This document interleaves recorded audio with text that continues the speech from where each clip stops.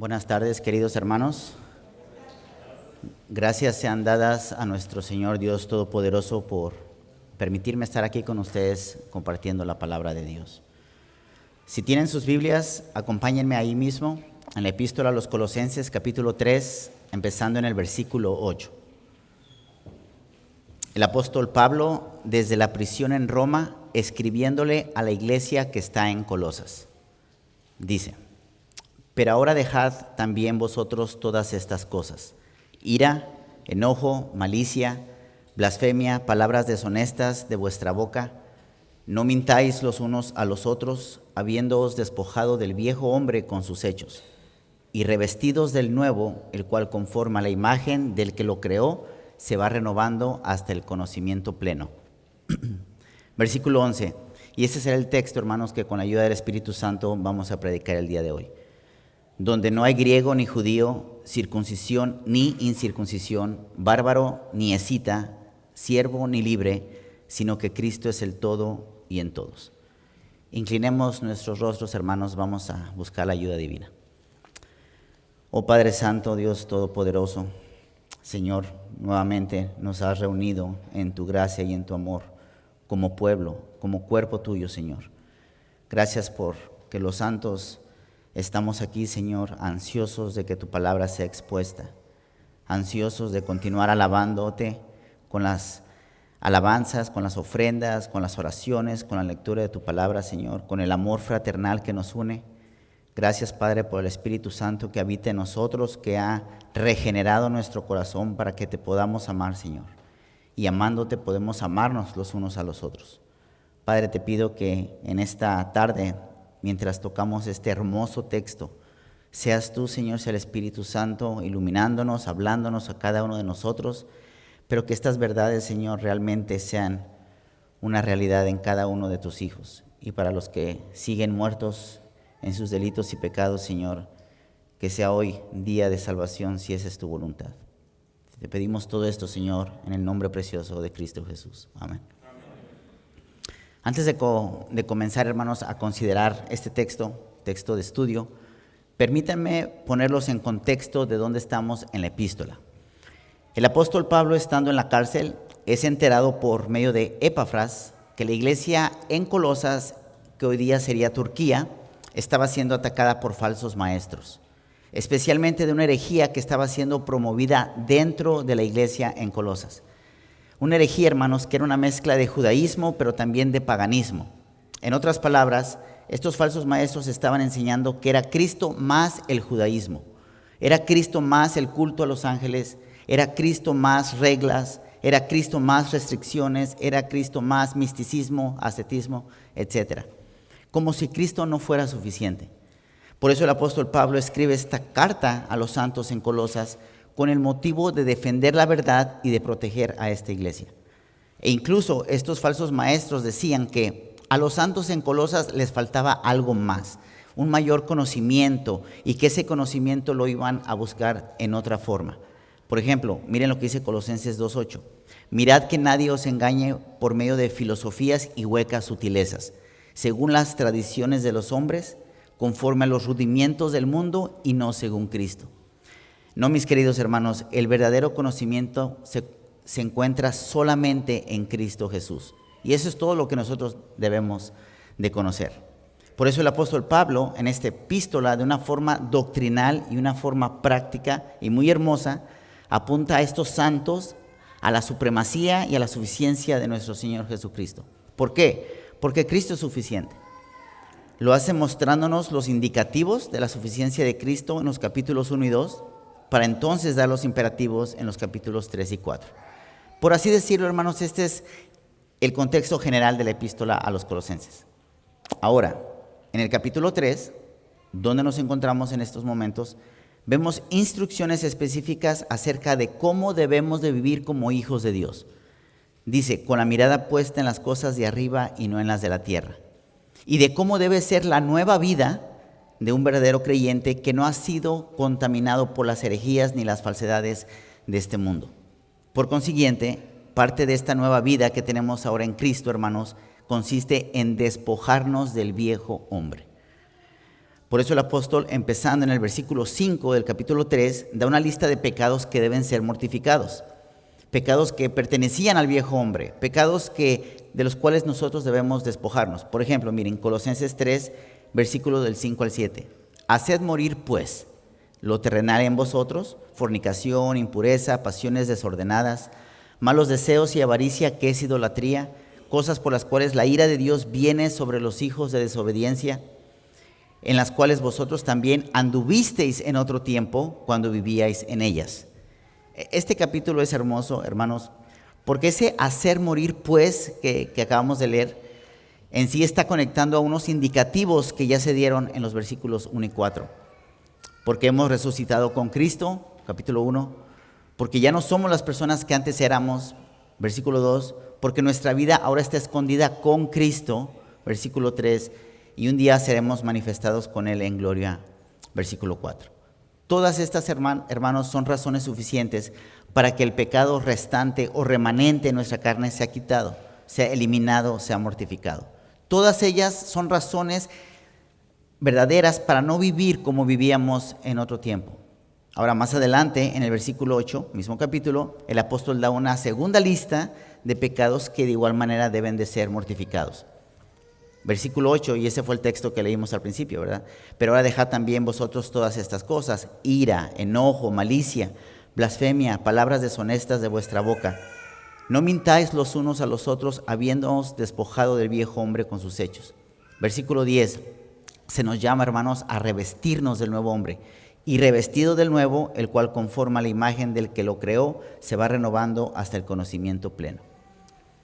Más adelante, del versículo 12 al versículo 25, el apóstol da una serie de virtudes específicas que deben de ser desarrolladas por el hombre interior, por el nuevo hombre, por el hombre que está en Cristo, el que ha sido regenerado.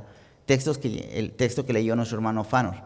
Ahora, todos estos pecados, hermanos, deben ser mortificados, despojados del viejo hombre, versículos 5 al 9, y todas esas virtudes de las cuales debemos de revestirnos, nuevo hombre, versículos 12 al 25, tienen que ver con la unidad que tenemos como pueblo de Dios. Repito, tienen que ver con la unidad que tenemos como pueblo de Dios. Más bien, la unidad que existe entre nosotros los santos es una prueba que estamos revestidos del nuevo hombre. Por eso el apóstol Pablo termina esta sección de aspectos negativos relacionados con el pecado y de la lista de pecados terrenales que deben de ser mortificados, para después enfatizar la unidad. Unidad que debe de haber entre todos los creyentes que están en Cristo. Así que con este contexto en mente, hermanos, llegamos al texto de estudio, versículo 11, donde no hay griego ni judío, circuncisión ni incircuncisión, bárbaro ni escita, siervo ni libre, sino que. Aquí estas palabras hermosas, hermanos, que están llenas de tantas verdades. Hay tanto que predicar en ese texto, hermanos, pero con la ayuda del Espíritu Santo vamos a dejar que Él nos guíe, pero dice, Cristo es el todo y en todos.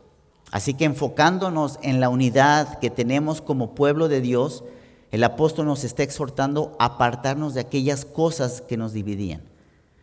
El título que le he puesto a esta predicación, título que sacamos del mismo texto, Cristo es el todo y en todos. Nuestro bosquejo es sencillo, 2 encabezados. Número 1, Cristo es en todos. Número 2, Cristo es el todo. Así que comencemos con el primer encabezado. Cristo es en todos. Colosenses 3:11 nuevamente, donde no hay griego ni judío, circuncisión ni incircuncisión, bárbaro ni escita, siervo ni libre, sino que Cristo es el todo y en todos. Lo que está haciendo aquí el apóstol Pablo, en el versículo 11, es recordarle a esta iglesia en Colosas que las divisiones que tenían ellos en el pasado ya no existen, y que el nuevo hombre, el que fue regenerado por el Espíritu Santo, ahora forma parte de una familia en Cristo. Y esta familia no favorece ninguna nacionalidad, cultura o clase, solo favorece a Cristo.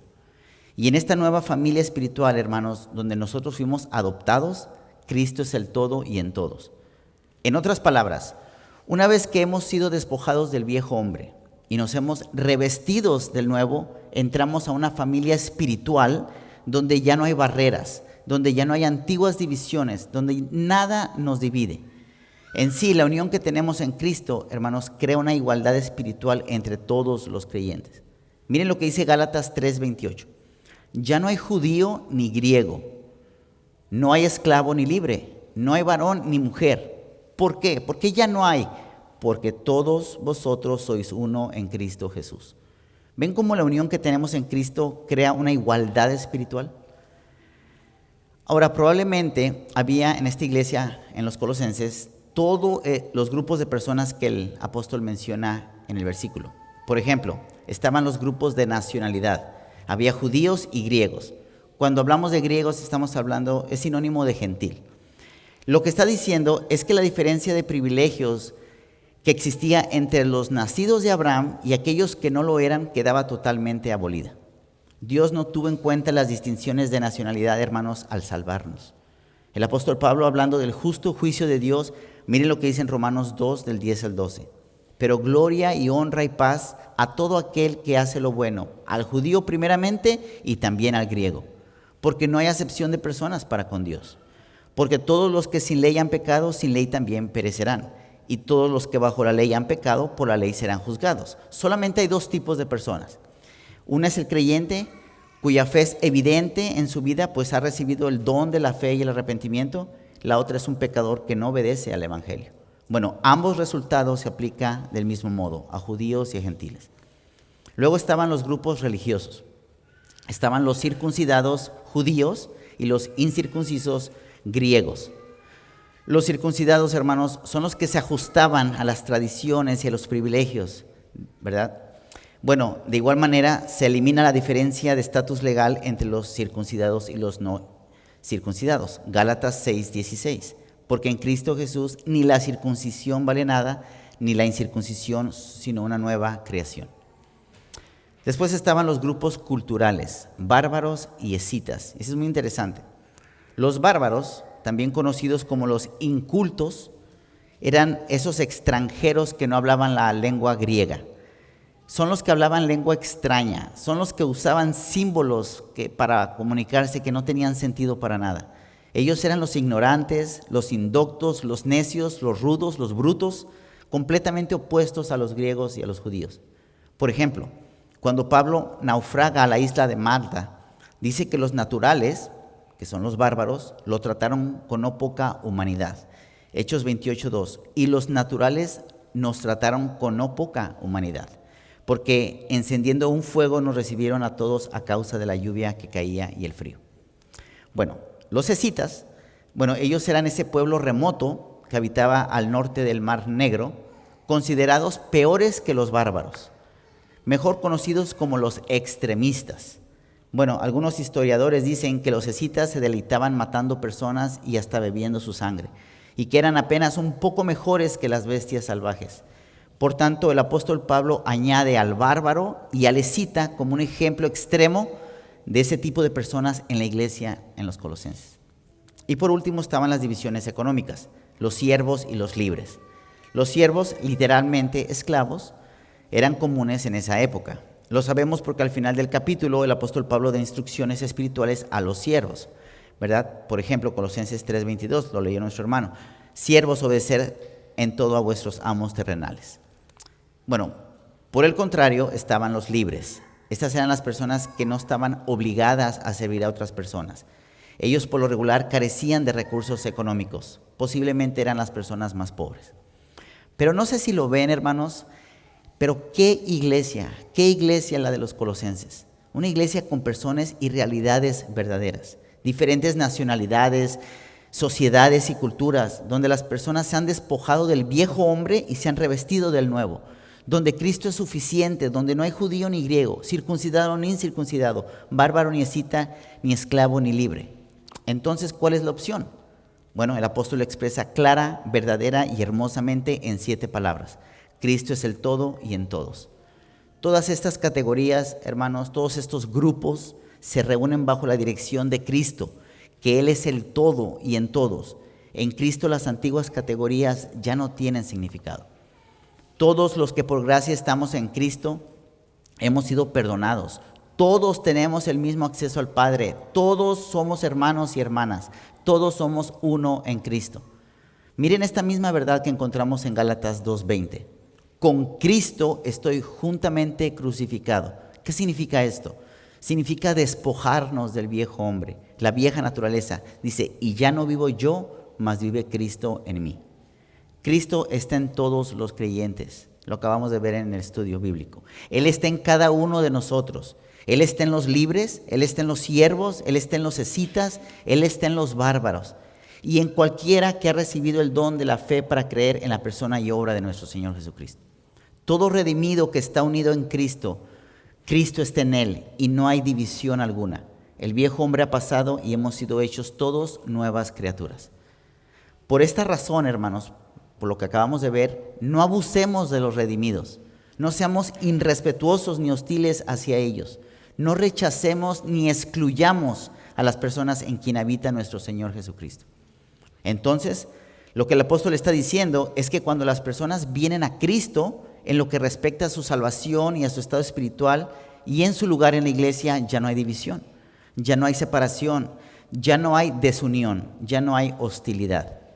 Hermanos, no importa qué nacionalidad, qué clase, qué cultura, qué color o qué estatus económico o social nos caracterizaba o nos caracteriza el día de hoy, todo quedó en el pasado. Espiritualmente ya no hay distinción alguna entre nosotros.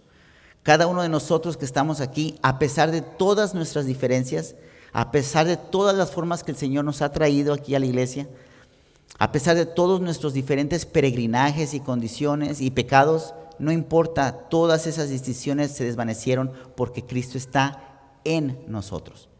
Y esto significa que Cristo habita en cada uno de nosotros. Este es un tema, hermanos, que esta iglesia, por la gracia de Dios, conoce muy bien.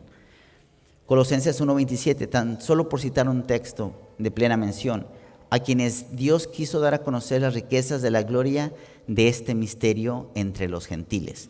¿Cuál misterio? Que es Cristo en vosotros, la esperanza de gloria.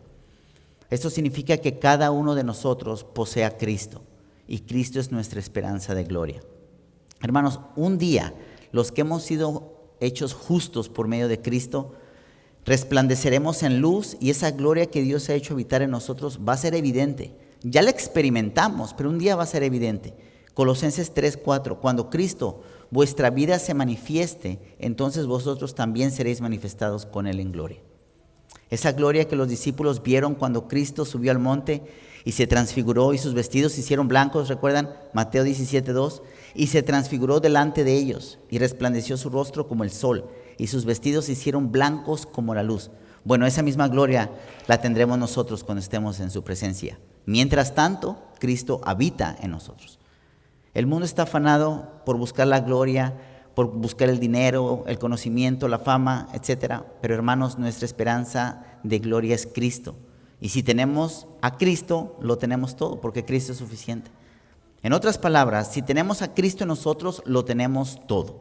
Por eso existe esa unión entre nosotros los creyentes. La división, la distinción, la hostilidad, la discordia debe de ser cosa del pasado, hermanos, del viejo hombre.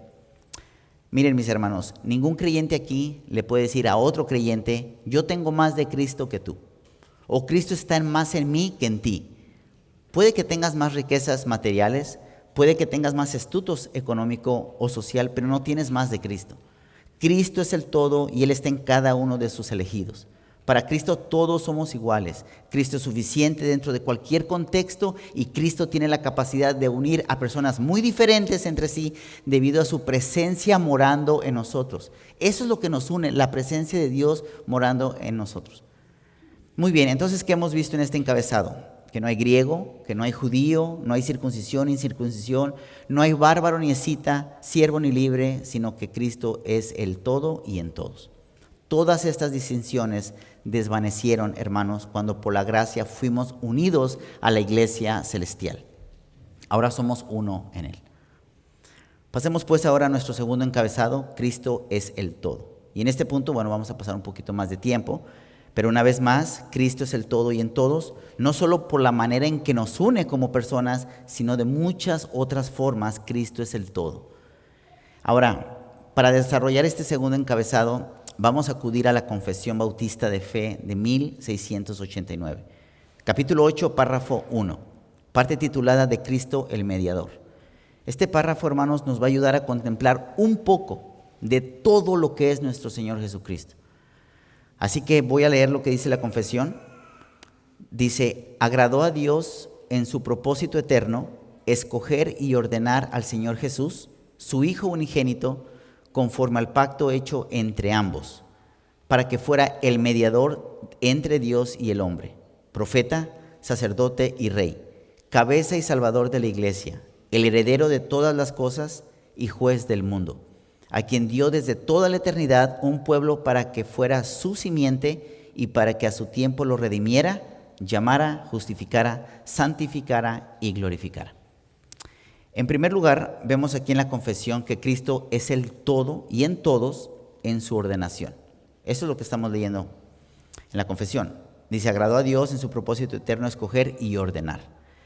Estoy seguro que muchos de ustedes, hermanos, han presenciado algunas ordenaciones en su vida.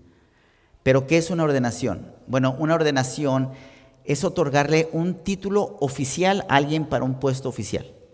Por ejemplo, tenemos el mandato de parte de Dios a la Iglesia de Cristo de ordenar a pastores y diáconos. Pero la ordenación que estamos viendo aquí, o de la que estamos hablando, o de la que vamos a hablar, hermanos, es diferente. Esta es única. Esta es una ordenación celestial y santa. Cada que pensemos en la ordenación divina y santa, es importante decir que Cristo permanece solo. Él está plena y totalmente involucrado en esta ordenación. ¿Por qué? Porque esta ordenación proviene, hermanos, directamente de Dios el Padre, y en ella no hay ninguna intervención humana. Pero también esta ordenación es celestial y única porque es el Hijo quien la lleva a cabo. No es que hubiera una elección entre 50 o 600 candidatos. No es que se iban a someter a votos la ordenación. No, hermanos, había solo uno capaz de desempeñar esta función, y fue a su Hijo, a quien Dios el Padre escogió para realizarla. Miren lo que dice Hebreos 10:4, del 4 al 7. Porque la sangre de los toros y de los machos cabríos no puede quitar los pecados. Por lo cual, entrando en el mundo, dice: sacrificio y ofrenda no quisiste, mas me preparaste cuerpo, holocaustos y expiaciones por el pecado no te agradaron. Entonces dije: he aquí que vengo, oh Dios, para hacer tu voluntad, como en el rollo del libro está escrito de mí. Una ordenación única, hermanos, dado que Él es el único portador de un oficio perfecto que jamás haya existido. Pero ¿saben también por qué es una ordenación única, divina, celestial, hermosa? Porque el Hijo aceptó. Él aceptó y lo aceptó en amor. Esta ordenación no consistía meramente en venir a esta tierra, hermanos, y sufrir, sino también en morir, y morir incluso una muerte de cruz. Cristo asumió este oficio sabiendo lo que le esperaba, pero lo recibió con amor, por amor a nosotros. Fue tan hermosa la ordenación de nuestro Señor Jesucristo que el Dios Trino, fíjense esto, hermanos, el Dios Trino, Dios Padre jurando en torno a Dios Hijo. Miren lo que dice Hebreos 7 del 21 al 22. Porque los otros ciertamente sin juramento fueron hechos sacerdotes, pero con el juramento del que le dijo, aquí está citando al Salmo 110:4, juró el Señor y no se arrepentirá: tú eres sacerdote para siempre, según el orden de Melquisedec. Por tanto, Jesús es hecho fiador de un mejor pacto. ¿Ven cómo en este sentido Cristo es el todo? Él fue el único que en su totalidad cumplió la voluntad del Padre. La confesión continúa y nos dice que Cristo es el todo y en todos en sus oficios. Aquí empieza a exponer, aquí empieza la confesión a explicar aquello para lo cual fue ordenado nuestro Señor Jesucristo. Dice: para que fuera el mediador entre Dios y el hombre. Cristo, mis hermanos, fue designado para ser el mediador entre Dios y el hombre. ¿Por qué? Porque el hombre estaba en enemistad contra Dios. Estábamos separados en un abismo infinito de pecado, con un muro infinitamente alto que se interponía entre nosotros y Dios. Pero nuestro Señor Jesucristo, Él fue designado, Él fue ordenado para derribar ese muro, con el único propósito de unir y reconciliar al hombre con su Creador. 1 Timoteo 2:5, porque hay un solo Dios y un solo mediador entre Dios y los hombres, Jesucristo hombre. Cristo como ser humano, hermanos, Él pagó el rescate. Y por consiguiente, Él es el único adecuado para ser el sustituto de Dios a favor de todos los escogidos. Solo Cristo podía hacer esto y lo hizo a la perfección. Totalmente entregado a su obra de reconciliación, y en este sentido Cristo lo es todo. Un solo mediador fue todo lo que se necesitó. Cristo como mediador fue todo lo que se necesitó. Hermanos, Dios Padre ha señalado y nombrado a Cristo como el único Salvador. Él es el único camino para ir al Padre. Juan 14:6, Jesús le dijo: yo soy el camino y la verdad y la vida. Nadie viene al Padre sino por mí. Dios mismo declaró en su soberana voluntad que todos los que han de ser salvos lo fueran por medio de Cristo, solamente y totalmente por medio de Cristo. Gálatas 2:16, sabiendo que el hombre no es justificado por las obras de la ley, sino por la fe de Jesucristo. Nosotros también hemos creído en Jesucristo para ser justificados por la fe de Cristo y no por las obras de la ley, por cuanto a las obras de la ley nadie será justificado. No hay otro mediador entre Dios y el hombre. Esa es una verdad muy importante, hermanos, que es importante que se entienda. Una verdad básica y absoluta, de que solo hay un mediador entre Dios y el hombre. Es solo por medio de nuestro Señor Jesucristo que el hombre puede ser reconciliado. Y esto es así porque Cristo pagó el rescate. Él se dio a sí mismo como pago por el pecado. Fuera de Cristo no hay reconciliación, no hay propiciación, no hay nada. Pero con Cristo lo hay todo. Porque Cristo es el todo.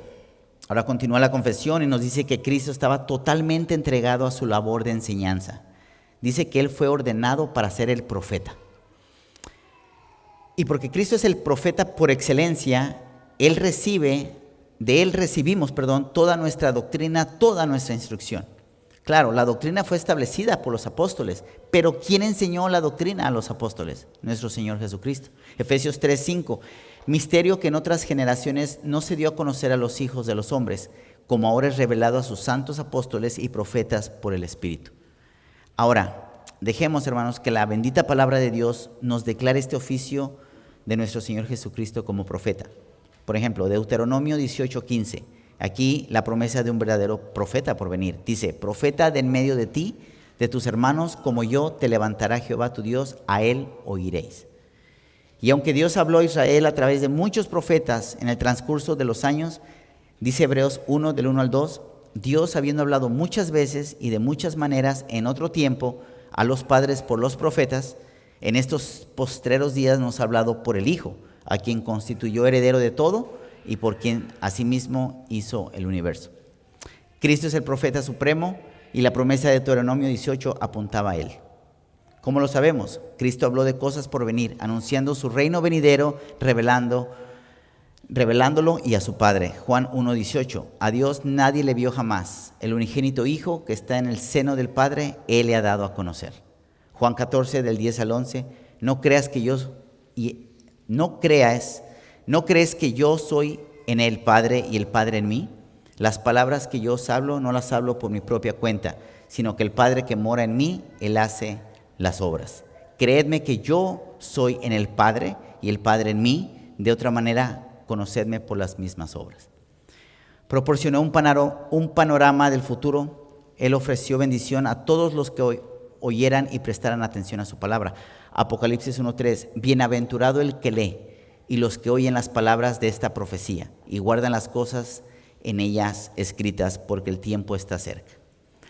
Todos los que crean, hermanos, en Él tendrán vida eterna. Juan 6:47, de cierto os digo, que el que cree en mí tiene vida eterna. Hermanos, este profeta del que estamos hablando es digno de confianza y es mucho más que un profeta. Él es el Cristo, el Hijo de Dios vivo, el que lo llena todo y en todos. Pero también como profeta nos revela perfectamente toda la voluntad de Dios, porque Él es el Maestro, Mateo 23:7, y que los hombres los llamen Rabí, Rabí. Cristo es el apóstol por excelencia. Esa es nuestra confesión. Hebreos 3:1, por tanto, hermanos santos, participantes del conocimiento celestial, considerad al apóstol y sumo sacerdote de nuestra profesión, Cristo Jesús. Cristo es el ángel del pacto. Malaquías 3:1, he aquí yo envío mi mensajero, el cual preparará el camino delante de mí, y vendrá súbitamente a su templo el Señor a quien vosotros buscáis, y el ángel del pacto a quien deseáis vosotros, he aquí viene, ha dicho Jehová de los ejércitos.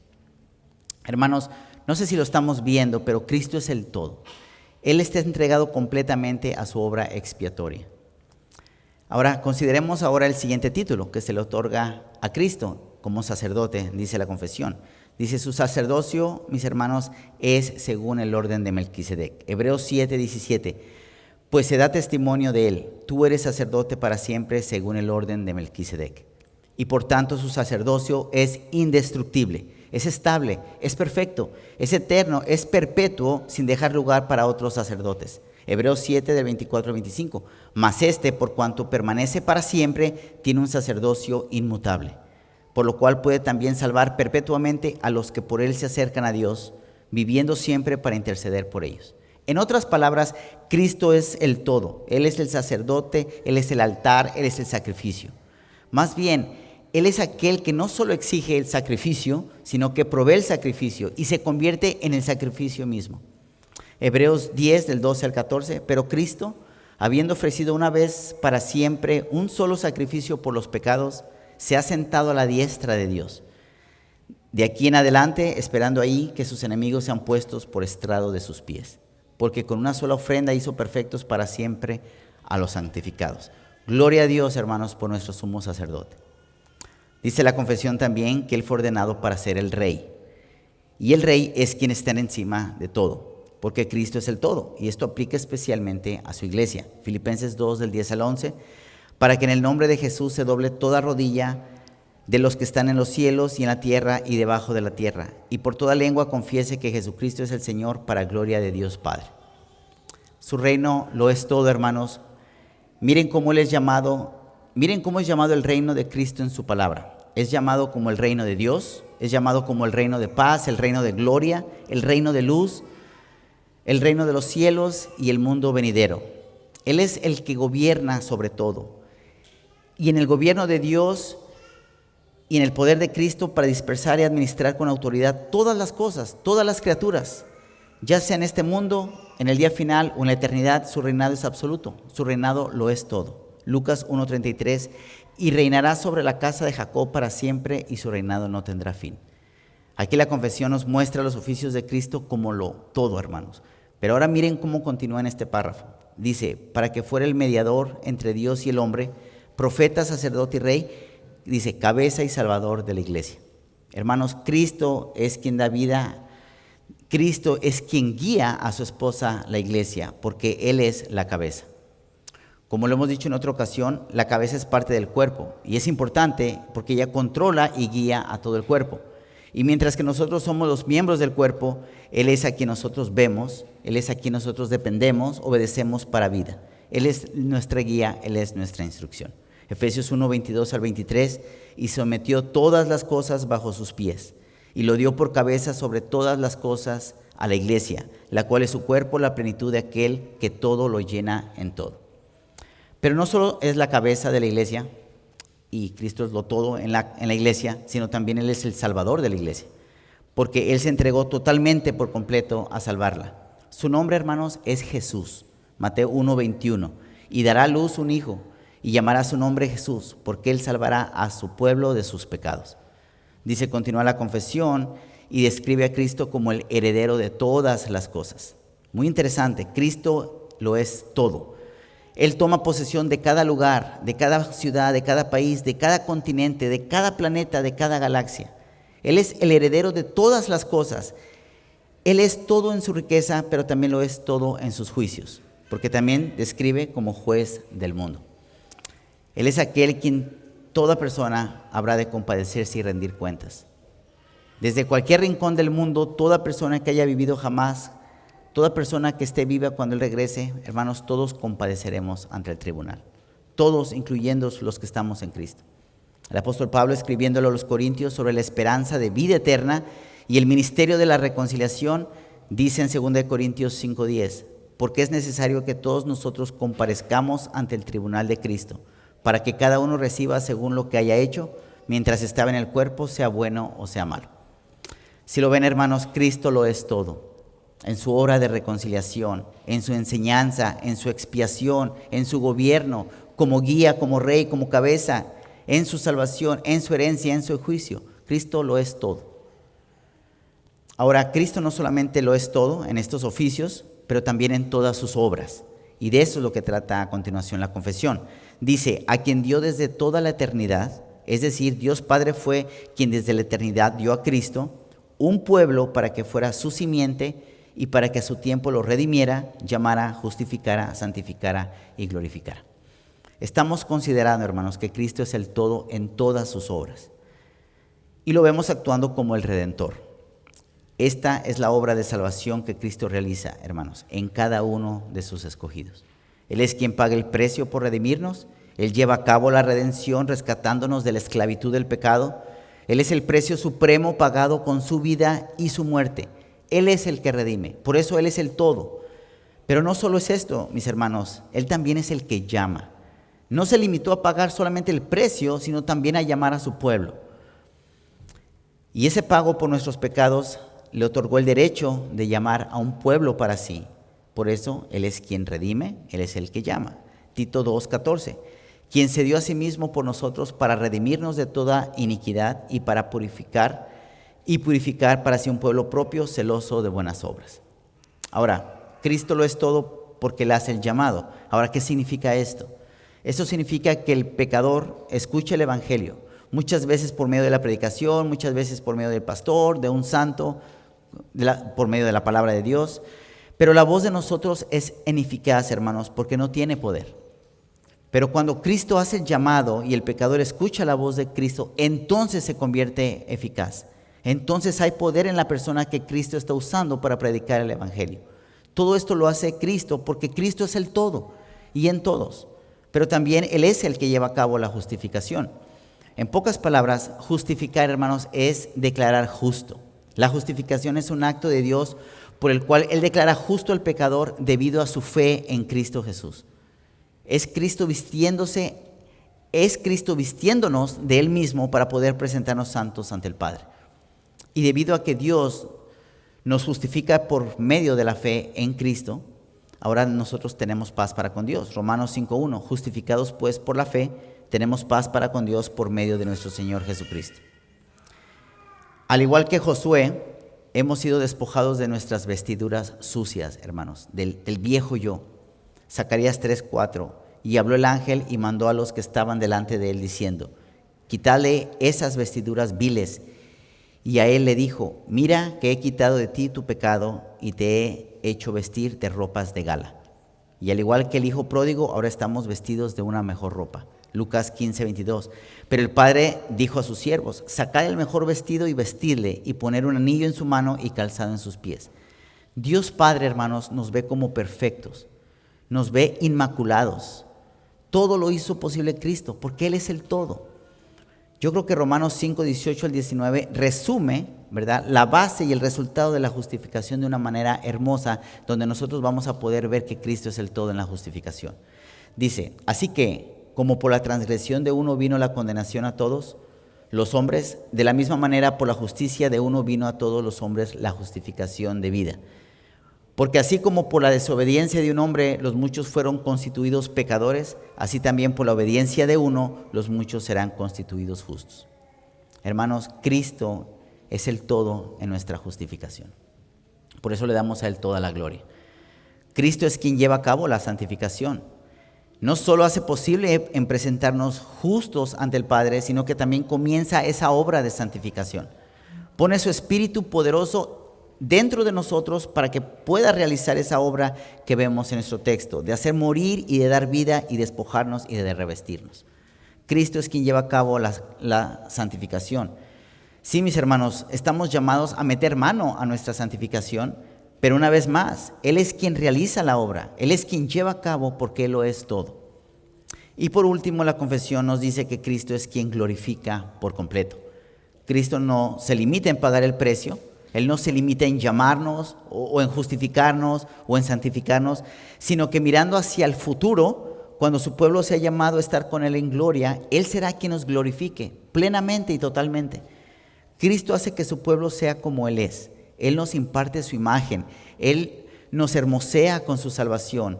Él completa ese proceso de dar muerte al hombre interior y de dar vida al hombre exterior y dar vida al hombre interior, del despojarse y del revestirse. Lo hace perfectamente porque Cristo es el todo y en todos. Él lo es todo en la redención, Él lo es todo en el llamamiento, Él es todo en la justificación, Él lo es todo en la santificación, Él lo es todo en la glorificación. Ya para terminar, hermanos, hemos contemplado que Cristo es quien une a las personas. Es Cristo quien lo es todo en todos sus oficios. Él lo es todo en todas sus obras, pero también lo es todo en cada dirección. Ahora, ¿qué significa esto? Cristo está presente en cada preposición. Por ejemplo, por, sobre, debajo, delante, etc. Cristo está presente en todas las direcciones, en todas las preposiciones. Permítanme darles algunos ejemplos breves de esto que estoy diciendo para mostrarles que no importa a qué dirección miremos, Él está ahí en todas partes. Cristo lo es el todo en el sentido que Cristo es por nosotros. Si somos hijos de Dios, Cristo es por nosotros, y no solo por darnos la vida y por sostenernos, sino en el sentido de ser nuestro sustituto. Alguien que se puso por nosotros como el único sustituto. Esta es nuestra única esperanza, hermanos. Él fue nuestro sustituto, quien se ocupó en nuestro lugar, aquel que hizo lo que nadie de nosotros pudiera nunca hacer, aquel que sufrió en nuestro lugar, murió en nuestro lugar y resucitó en nuestro lugar, y que lo hizo todo por nosotros como nuestro sustituto. Es lo que estamos diciendo. 2 Corintios 5:21, al que no conoció pecado, por nosotros lo hizo pecado, para que nosotros fuésemos hechos justicia de Dios en él. Pregunta para ustedes, ¿es Cristo por ti como el sustituto expiatorio? ¿Está Cristo por ti? ¿Está Cristo cubriéndote con su ropa de gala de justicia? ¿Él se ha puesto por ti delante del Padre? La palabra de Dios es clara, hermanos, y nos dice que el pueblo de Dios es revestido y que le fueron quitados sus trapos de inmundicia. Todo le fue quitado y en su lugar se le ha colocado un manto de justicia de Cristo, perfectamente perfeccionado, perfectamente cosido. Es un manto que Él mismo cosió, que Él mismo usó aquí en la tierra viviendo una vida perfecta y una muerte perfecta. La justicia de Cristo, hermanos, es nuestra posición delante del Padre. Él fue puesto por nosotros y en ese aspecto Él es el todo. Pero también Él lo es todo porque está sobre nosotros. A nuestro bendito profeta, sacerdote, rey soberano, no le decimos qué queremos hacer, sino qué quieres que hagamos, cuál es tu voluntad. Ya no vivimos una vida centrada en nuestros propios deseos, hermanos. Eso fue parte del viejo yo. Ahora estamos viviendo el nuevo yo. Ahora vivimos honrándole bajo su gobierno, obedeciendo sus leyes, porque Él es el Rey. Por eso Cristo es el todo y está sobre nosotros. No nada más por nosotros, sino sobre nosotros. Efesios 1, del 20 al 23. La cual operó en Cristo, resucitándole de los muertos y sentándole a su diestra en los lugares celestiales. Sobre todo principado y autoridad y poder y señorío, y sobre todo nombre que se nombra, no solo en este siglo, sino también en el venidero. Y sometió todas las cosas bajo sus pies, y lo dio por cabeza sobre todas las cosas a la iglesia, la cual es su cuerpo, la plenitud de aquel que lo llena en todo. Ahora, Cristo también está debajo de nosotros. Bueno, ¿qué significa esto? Significa que Él es nuestro fundamento, hermanos, nuestro fundamento seguro. Nuestra vida se sostiene porque Cristo es el fundamento. Él está debajo de nosotros, sin importar lo que sucede en el mundo, en la iglesia, en nuestro hogar, en nuestra vida, en nuestro trabajo. Cristo es todo en nuestro fundamento. Descansamos en Él, seguros, protegidos, firmes. Efesios 2:20 lo pone de una hermosa forma. Edificados sobre el fundamento de los apóstoles y profetas, siendo la piedra principal del ángulo Jesucristo mismo. Cristo está delante de nosotros. Eso significa que Cristo es nuestro galardón supremo y solamente a Él buscamos. Él es la meta suprema a la que nosotros apuntamos. El Salmo 16:8, a Jehová he puesto siempre delante de mí, porque está a mi diestra, no seré conmovido. Cristo lo es todo, hermanos. Él es nuestra fuerza. Él nos da vida para despojarnos del viejo hombre con sus hechos y revestirnos del nuevo. Sin Cristo no tenemos nada. Pero con Cristo lo tenemos todo. Cristo es el todo y en todos. Él habita en nosotros, el poder viene de Él y Cristo es nuestro modelo a seguir. hacia cualquier dirección que nosotros miremos, hermanos. ¿Es Cristo el todo? Una pregunta para nosotros como iglesia. ¿Él está a nuestro favor? ¿Él está sobre nosotros? ¿Él está por encima de nosotros? ¿O está delante de nosotros? ¿Está en nosotros? ¿A nuestro lado, a nuestro alrededor? ¿Podemos decir verdaderamente, hermanos, que Cristo es el todo y en todos? Dos aplicaciones rápidamente. Una de ellas para la iglesia hermosa de Cristo. Querido santo, Cristo es el todo al unirnos como pueblo. Él lo es todo en su ordenación, Él lo es todo en sus oficios, Él es todo en sus obras, Él es todo en cualquier dirección que nosotros veamos o caminemos. Así que no importa cuál sea tu situación, ni en qué etapa de la vida tú te encuentres, Cristo lo es todo y en todos. No importa lo que estés pasando, es tentación, Él lo es todo. Él fue tentado como nosotros, pero sin pecado. Estás pasando sufrimientos, Él lo es todo. Él sufrió más que nadie. Él sabe exactamente lo que es padecer dolor. ¿Puedes acudir a Él a encontrar refugio? ¿Estás atravesando un momento de debilidad? Él lo es todo, hermanos. Él puede socorrerte, fortalecerte, capacitarte por medio de su palabra. Puede dar vida donde tú te sientes que estás muriendo, porque Él está en ti, en nosotros. Estás atravesando persecución una vez más. Él sabe perfectamente por lo que estamos pasando y Él promete estar cerca de a quienes que sufren por la causa de la justicia. ¿Estás atravesando un tiempo de prueba? Bueno, hermano, Cristo es el todo.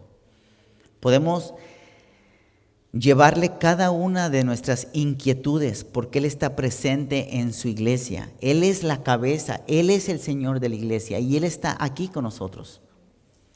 Por eso nosotros como iglesia giramos en torno a Él, lo exaltamos, vivimos conforme a su evangelio, nos despojamos del viejo hombre día a día mortificando nuestro pecado y nos revestimos de nuevo, como vimos, esas virtudes que debemos de hacer por medio del Espíritu Santo. No importa en qué situación estemos, hermanos, Él lo es todo, Él es la respuesta. Quiero que meditemos en este texto, mis queridos hermanos, mientras continúan su peregrinaje, Colosenses 3:11, donde ya no hay griego ni judío, circuncisión ni circuncisión, bárbaro ni escita, siervo ni libre, sino que Cristo es el todo y en todos. Y si esto te describe, querido hermano, entonces eres verdaderamente bendecido. Y si Cristo lo es todo para ti, entonces tienes un gran motivo para gozarte y para alegrarte y para estar agradecido. Y puedes gozarte como el apóstol Pablo, Filipenses 3, del 7 al 8. Pero cuántas cosas eran para mi ganancia, la he estimado como pérdida por amor de Cristo. Y ciertamente aún estimo todas las cosas como pérdida por la excelencia del conocimiento de Cristo Jesús, mi Señor, por amor del cual lo he perdido todo y lo tengo por basura para ganar a Cristo, porque Cristo es el todo. Y tú, amigo que nos acompañas en esta tarde, ¿puedes tú decir que Cristo lo es todo para ti? ¿Puedes decir que Cristo lo es todo en sus oficios, en sus obras, en su salvación, en todas las direcciones, en todas las situaciones de tu vida? Porque si no, entonces Cristo no te ha unido a sí mismo, ni a su pueblo. No perteneces aquí. De manera que sigues en enemistad con Él y por consiguiente separado y muerto en tus delitos y pecados. Existe una distensión espiritual y tú no eres parte de ella. Estás en enemistad con Dios. Si Cristo no lo es todo para ti, entonces Él no es tu reconciliador. Él no es tu maestro. Él no es tu sacrificio expiatorio. Él no es tu gobernante. Él no te ha dado vida, ni es tu guía, ni te ha salvado. No eres coheredero con Él, ni has sido cubierto con su justicia.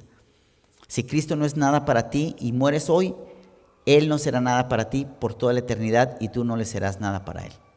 Corre a Cristo, querido amigo, pide misericordia, pues Él es la suma, Él es la sustancia, Él es el primero, Él es el último, Él es el principio, Él es el fin, Él es el alfa, Él es el omega. Cristo es el todo y en todos. Corre a Cristo, querido amigo, antes que sea demasiado tarde. Vamos a orar. Oh Padre Santo, gracias te damos, Señor, porque nuevamente hemos visto, Señor, que en todos tus oficios, que en todas tus obras, en todas las direcciones, en todas nuestras preocupaciones, en todos nuestros problemas, hermanos, tú lo eres todo. Tú eres, Señor, quien hace posible la salvación. Tú eres quien diste a tu Hijo para morir por nuestros pecados. Tú eres quien nos santifica. Tú eres, Señor, quien nos has dado ese Espíritu para que nosotros podamos vivir amándote y por consiguiente poder amarnos los unos a los otros. Tú eres, Señor, que haces posible que podamos decir Abba Padre. Tú eres, Señor, el que nos imparte tu palabra para que podamos deleitarnos y podamos amar tus mandamientos y podamos también mortificar nuestros pecados. Tú haces todo, Señor. A ti te damos toda la gloria. Y te pido, Señor, que mientras continuamos la búsqueda de la sabiduría y del conocimiento por medio de tu palabra, podamos ver que tú lo eres todo en cada área, Señor, porque tú estás en nosotros y esa unión es la que nos permite, Señor, que nosotros podamos magnificarnos y gozarnos y amar tu presencia, amar tu palabra, amar a Cristo. Gracias te damos, Padre, por este tiempo y te pedimos que seas tú, Señor, ayudándonos a que esto sea una realidad en nuestras vidas. Y que la próxima, Señor, que nosotros nos sentamos, que no tenemos nada, recordemos que tenemos a Cristo porque Él es suficiente. Te damos gracias en el nombre de Cristo Jesús. Amén.